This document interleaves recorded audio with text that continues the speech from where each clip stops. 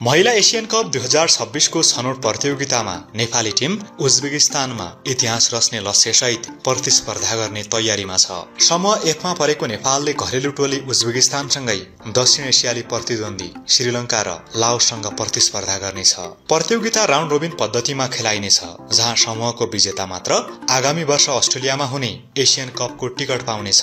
पछिल्लो एक वर्षमा अन्तर्राष्ट्रिय अनुभवले समृद्ध बनेको नेपाली महिला टोली सामु उज्बेकिस्तानमा इतिहास रच्ने दुर्लभ मौका छ। समूह चरणमा नेपालले 29 जुनमा लाओस, 2 जुलाईमा श्रीलंका तथा 5 जुलाईमा उज्बेकिस्तानको सामना गर्नेछ।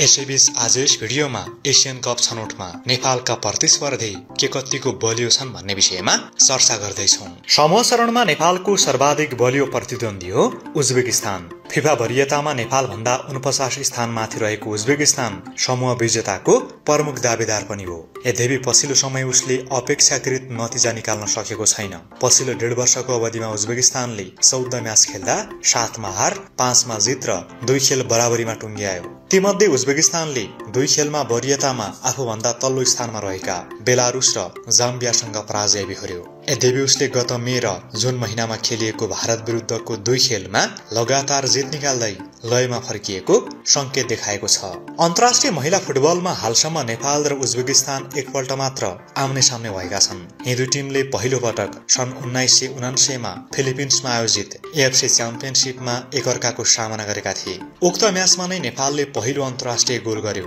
नेपाली महिला टिमका लागि पहिलो अन्तर्राष्ट्रिय गोल गर्ने कीर्तिमान पेमा डोल्मा लामाको नाममा छ। उज्बेकिस्तान विरुद्धको 26 वर्ष अघिको त्यो भेटमा नेपाल 6-1 ले पराजित भयो। यसपल्ट नेपाल सामु त्यो फराकिलो हारको बदला लिँदै इतिहास रच्ने मौका छ। यस्तै एशियन कप छनौटमा नेपालको अर्को प्रतिद्वन्दी हो श्रीलंका। उसलाई समूह एफमा सर्वाधिक कमजोर टिमको रूपमा हेरिएको छ र श्रीलंका पहिलो पल्ट एशियन कप छनौट खेल्न लागेको हो। उसले पछिल्लो 1 वर्षमा जम्मा 4 वटा मात्र अन्तर्राष्ट्रिय म्याच खेलेको छ।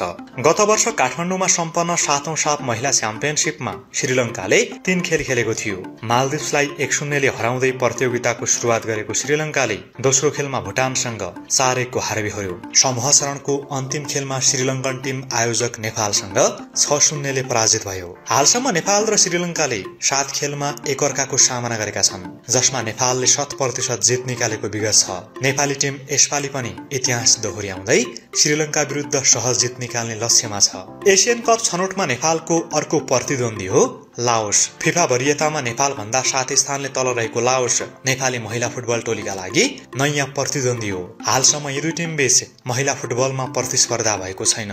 लाओस महिला टिमले सन् 2007 मा पहिलो अन्तर्राष्ट्रिय म्याच खेलेको थियो। 3 वर्ष अघि भारतमा एशियन कप छनौट खेल्दै महादेशीय मञ्चमा प्रवेश गरेको हो।